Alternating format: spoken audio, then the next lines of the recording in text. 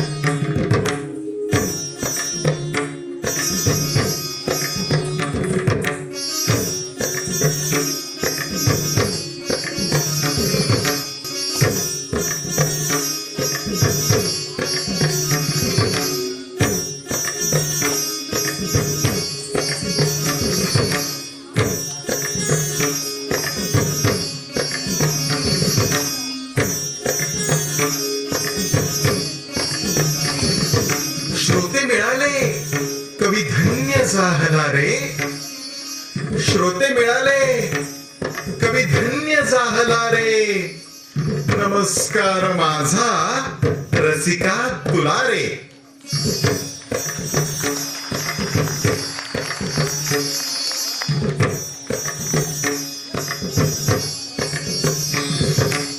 कविता कधी शब्दबंबाळ होते. कविता कधी शब्द बंबाळ होते. घेऊनी निखारे कधी जाळ होते. तुला जाण्यातो कवी पेटला रे. नमस्कार माझा रसिका तुला रे.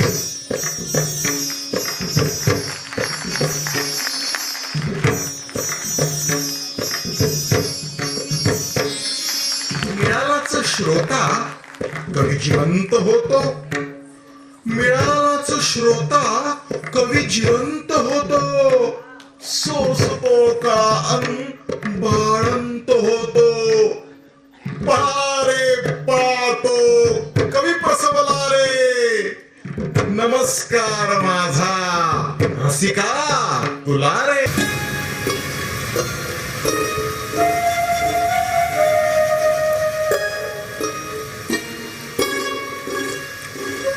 भरून येतो पाऊस मनात. भरून येतो पाऊस मनात आणि कवितांचा ढग गडगडायला लागतो. पाऊस ढगातून पडतो त्याहून कवितांतूनच जास्त पडायला लागतो. मी विचारलं एकदा त्या वरुण राजाला, शब्द गंधार नभामध्ये कधी दुलई घेऊन निजलायस का रे. कवितांमधल्या बेछूट पावसात कधी ओला चिंब भिजलायस का रे. तो नाही म्हणाला. तो नाही म्हणाला म्हणून त्याला पावसांच्या कवितांची एक वही दिली चाळायला. तर पहिल्याच कवितेत इतका भिजला की लागला पुढच्या कविता टाळायला. कारण पहिलाच पाऊस तिच्या विरहामधला आला छातीत बोचरी कळ घेऊन. अस्वस्थ रात्र उद्ध्वस्त गात्र आणि श्वासात अघोरी छळ घेऊन. आधीच बरसत्या आठवणींची सर. त्या धुंद रात राणी कपटी रात किडा. पाऊस पहिल्यांदाच वाचत होता त्यानं बरसवलेल्या विरह पीडा. असाच एक दुसरा पाऊस थेंबांचे पाचू पाडत होता. असाच एक दुसरा पाऊस थेंबांचे पाचू पाडत होता. कुंचला घेऊन इंद्रधनुचा ताटवे फुलांचे काढत होता.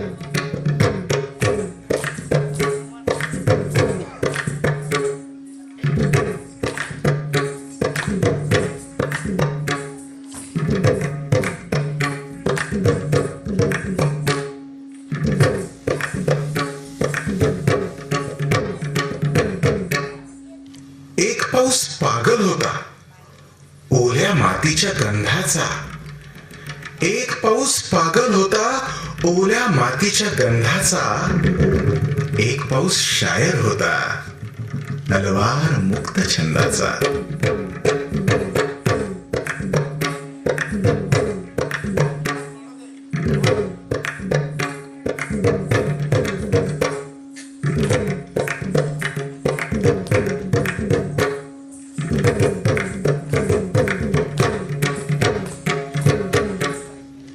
काळ्या ढगाची शाल ओढलेला एक पाऊस म्हातारा होता.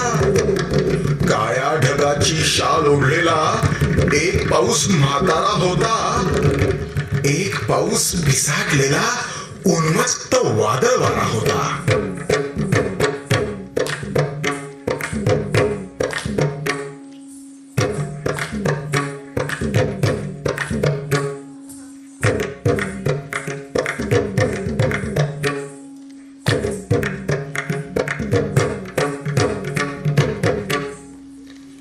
एक पाऊस तिच्या केसात गुंतून पडला मग पडलाच नाही. एक पाऊस तिच्या केसात गुंतून पडला मग पडलाच नाही. एक पाऊस तिच्या मिठीत अडकून पेटला मग दिसलाच नाही.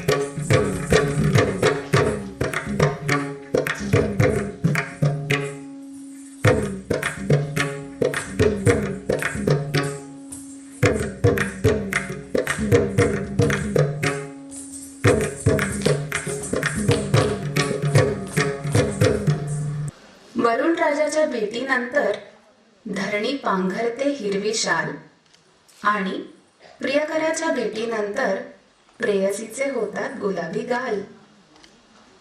पावसाळ्यातली ती हिरवळ वर्षभर राहत नाही आणि लग्नापूर्वीचे ते गुलाबी दिवस लग्नानंतर राहत नाहीत. हवी हवीशी वाटणारी प्रियकराची भेट जेव्हा लग्नामुळे कायमची गाठ होते तेव्हा ती कशी टोचायला लागते ते आपण आता बघूया.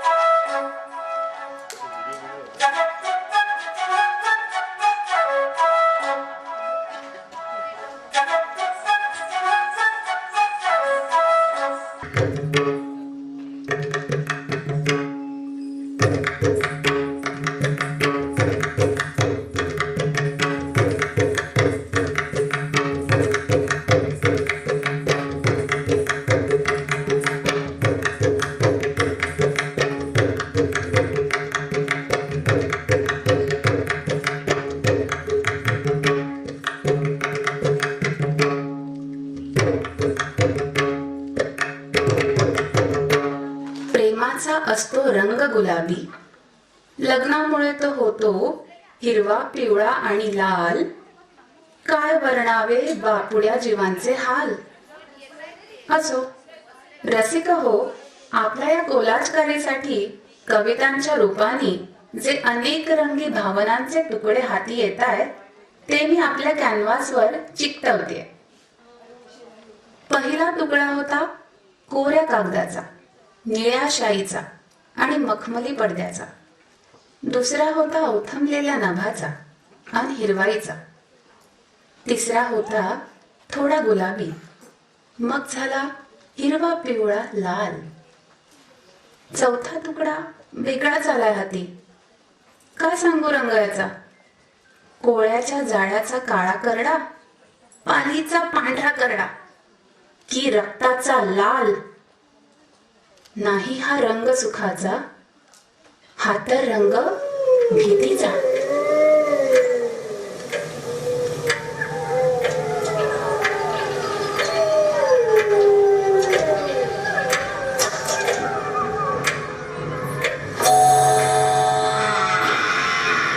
गर्दंधाऱ्या वाड्यामध्ये पिशाच्यांचा राडा असा गावच्या वेशी बाहेर म्हातारीचा वाडा. म्हातारीच्या वाड्यात म्हणे 57 खोल्या, सावल्यांनी भरलेल्या आणि रक्तानं त्या ओल्या. गेला कुणी वाड्यामध्ये तर येणे परत नाही. गेला कुणी वाड्यामध्ये तर येणे परत नाही. आणखीन एक सावली वाढे तरी खोली भरत नाही. वाड्यामधल्या हरेक खोलीत येतो म्हातारीचा वास. कधी ऐकू येते किंकाळी, कधी पुटपुटण्याचा भास.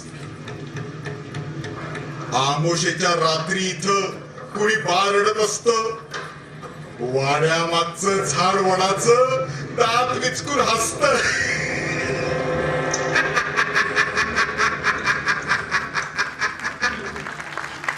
कुबट कुचकट म्हातारीची जळालेली कातडी, बाहेर लोंबता फुटका डोळा अन मान जरा वाकडी. एक पोर चिमुकली, रस्ता चुकली, खेळत गेली वाड्याकडे. हे बघणाऱ्या गावकऱ्याच्या जीवाचा थरका पुढे. पोर ती वेडी ओढली गेली हडळीच्या अंमलाखाली. ओलांडून उमरा वाड्याचा भारावंती आत निघाली. घाबरून तरी धीर धरून आत गावकरी शिरला अंती. लागत गेले दरवाजे आणि खसखसली ती तटबंदी. तो एक महान योद्धा होता. त्याच्या नुसत्या नावानच थरका पुडायचा शत्रूचा. लढण्याआधीच त्याच्या नजरेच्या आगीत जळून जायचं समोरचं सैन्य. जीवाची पर्वाच नसायची त्याला, न स्वतःच्या न दुसऱ्याच्या. एकदा उठलेली त्याची तलवार 2-3 बुडकी धडा वेगळी करूनच खाली यायची. आज पुन्हा एकदा रणांगणाला त्याला साद घातली होती.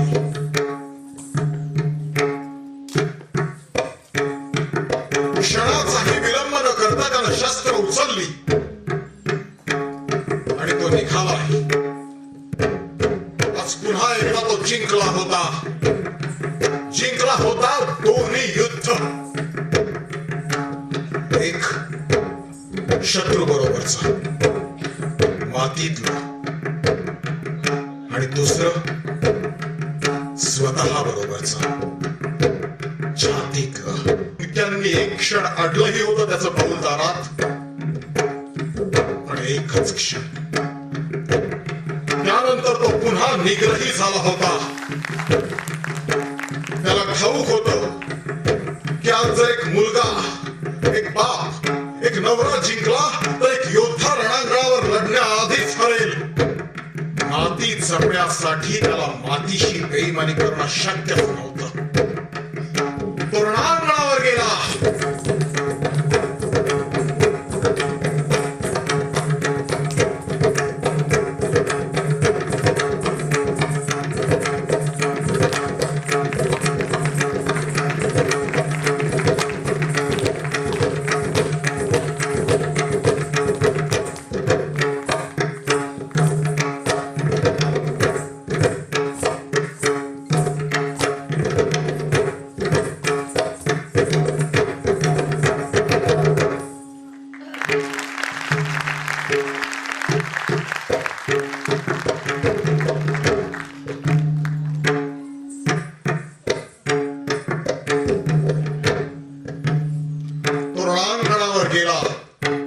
जीवाची पर्वा न करता लढला.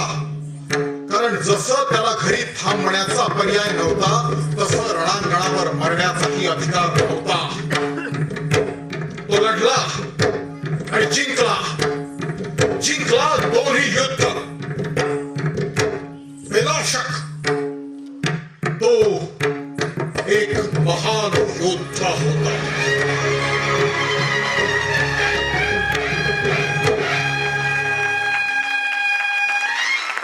का मिरची जाशील कैसी खुर्ची का मिरची जाशील कैसी सासू मारीते बरं करीते सासू मारीते बरं करीते खुर्ची का मिरची जाशील कैसी खुर्ची का मिरची जाशील कैसी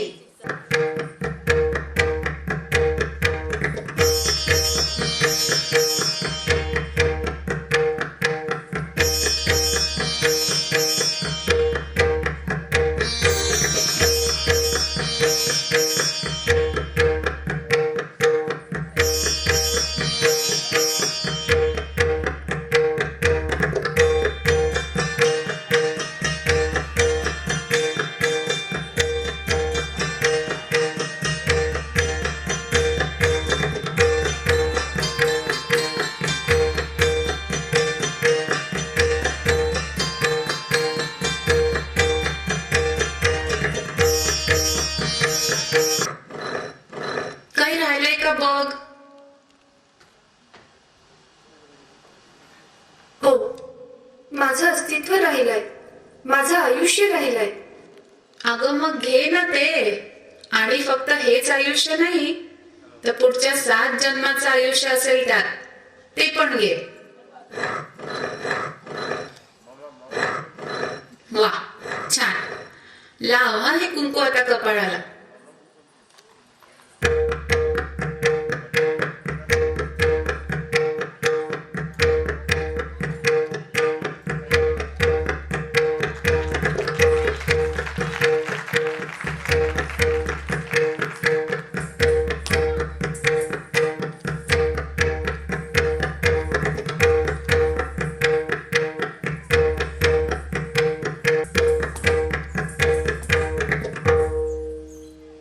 माहेरचं नाव गरजा स्वाभिमान ओळख छंद महत्वाकांक्षा ध्येय फालतू आवड स्वप्न अस्तित्व करिअर वाटून टाक लग्न कर 7 जन्म आयुष्य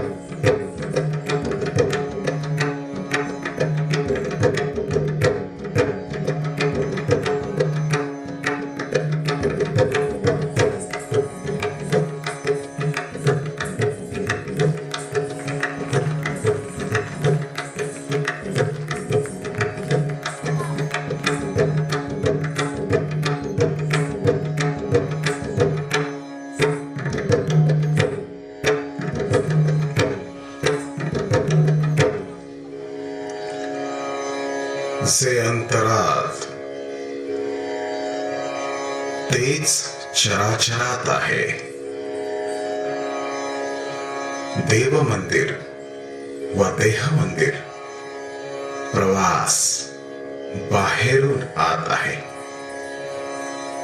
हो,